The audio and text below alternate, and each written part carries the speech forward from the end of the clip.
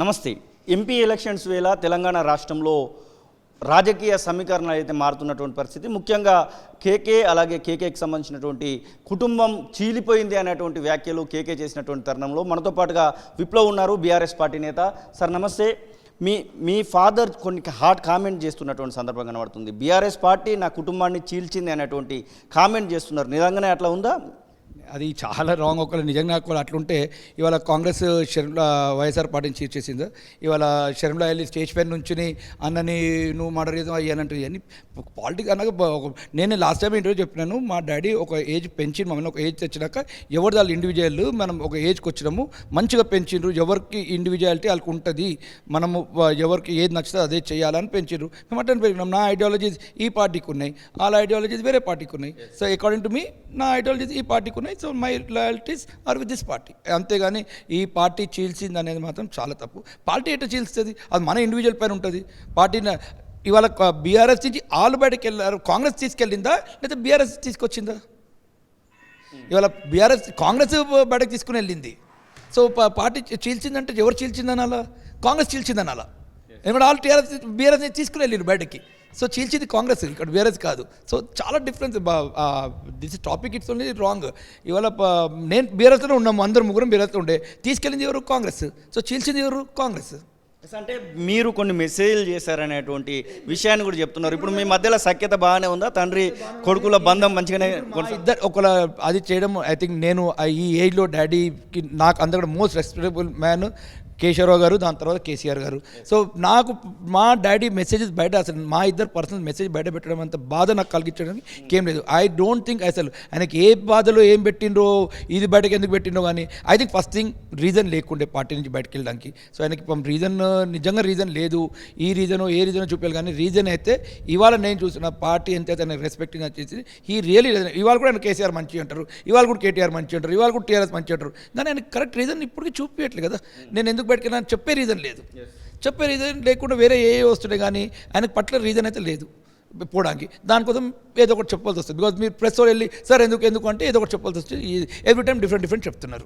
So that is only thing. మీరు కేటీఆర్తో కొద్దిసేపటి కిందట భేటీ కూడా అయినట్టున్నారు, దాదాపు హాఫ్ అన్ అవర్ పాటుగా. నిన్న ఈరోజు ఇట్లా భేటీ అవుతూ వస్తున్నారు. ఎలాంటి భరోసా కనబడతా ఉంది? భరోసా అనేది కదండి. కేటీఆర్ గారు he was always good friend of mine. ఇది ఓన్లీ ఏంటి పవర్లో ఉన్నప్పుడు ఏంటంటే మినిస్టర్ ఉన్నప్పుడు మాకు ఎక్కువ ఛాన్స్ దొరకవుతుంది. ఆయన బిజీ ఉంటే నేను బిజీ ఉంటాను. నేను అంటే మేము ఫస్ట్ పార్టీ ఫామ్ అయినప్పుడు మేము we are very close. As a friend కూడా నేను ఫ్రెండ్ లాగా ఉంటాను, ఈజ్ అ పార్టీ లీడర్ కూడా ఉంటాం, అందుంటాం. ఇప్పుడు ఏంటంటే ఎక్కువ టైం దొరుకుతుంది, కలుస్తున్నాము. ముందంటే మినిస్టర్ ఉంటే మేము ఊరికే డిస్టర్బ్ చేయం. నేను ఒక చైర్మన్ ఉండే. సో నేను నాదంటే నేను ఆయన కిందనే చైర్మన్ ఉండే, మున్సిపల్ అడ్మినిస్ట్రేషన్ కిందనే చైర్మన్ ఉండే, 7 years ఉండే చైర్మన్. సో మాకు కలవడం ఉంటుండే. ఇట్లా బయట మీకు తెలియబోతున్నప్పుడు మా మీటింగ్స్ అవుతుండే, మాకు కలుస్తుండే. కానీ మేము ఎప్పుడు కలుస్తుండే. నేను ఇప్పుడు ఏంటంటే మీకు ఎక్కువ కానీ ఆయన ఫ్రీ ఉన్నాడు, మేము కలుస్తున్నాం, ఎక్కువ కలిసే ఛాన్స్ వస్తున్నాయి. ఫ్రీ టైంలో ఉన్నాము. భవన్లో ఇప్పుడు ఎక్కువ పార్టీ ప్రెసిడెంట్ లాగా ఇప్పుడు పార్టీ వర్క్స్ పైన ఉన్నాయి కాబట్టి పార్టీ వర్క్స్ పైన కలుస్తున్నాం. అప్పుడు అడ్మినిస్ట్రేటివ్ ఉంటుండే, ఆయన బిజీ ఉంటుండే.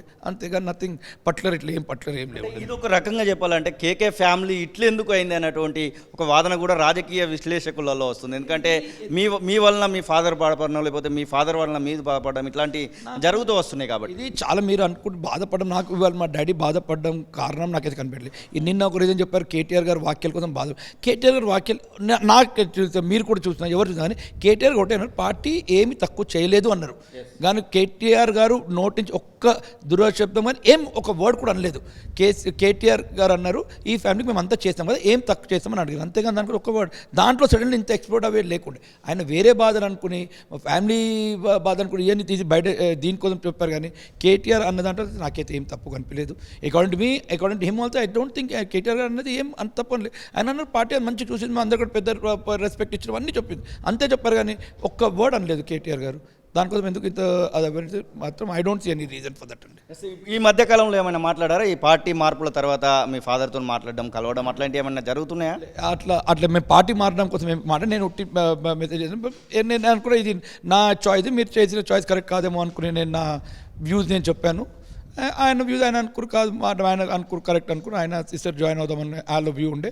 నా వ్యూ అయితే నేను కాదు, నేనైతే జాయిన్ అవ్వడం వ్యూ కరెక్ట్ కాదు అని నేను నా వ్యూ అయితే చెప్పాను. తొలి వెలుగు ముఖంగా ఇప్పుడు మీ ఫాదర్కి కానివ్వండి, గద్వాల విజయలక్ష్మి మీ సోదరికి కానివ్వండి, ఏదైనా చెప్పాలనుకుంటే, ఎందుకంటే ఇది ఇంకా పొడిగిస్తూ వస్తున్నటువంటి సందర్భం కనబడతా ఉంది, ఒక్కొక్క రకమైనటువంటి వాదనలు వినబడుతూ ఉన్నాయి కదా. ఈ వాదనలు ఇవన్నీ ఏంటంటే పాలిటిక్స్ అన్నాక మీడియానే పెంచుతుంది, మీడియానే తగ్గిస్తుంది. ఒకరోజు మీడియా చూపిస్తుంది, 2 days తర్వాత అదే న్యూస్ లాస్ట్ పేజ్లోకి వెళ్ళిపోతుంది.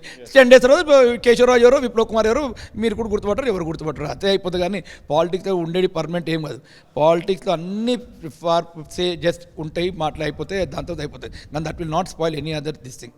కానీ ఇప్పుడు ఈ మధ్య మేము మాట్లాడి ఏం పర్టికులర్ ఇట్లా దీనికోసం మేము డిస్కస్ చేసుకుని ఇట్లా అని వద్దు. నౌ అందరూ హీట్ ఆఫ్ ద మూమెంట్లో ఉన్నారు కాబట్టి డిస్కస్ చేయడం కూడా రాంగ్. ఈ టైంలో డిస్కస్ చేసుకోవాలి, అందుకొచ్చి. Okay, thank you.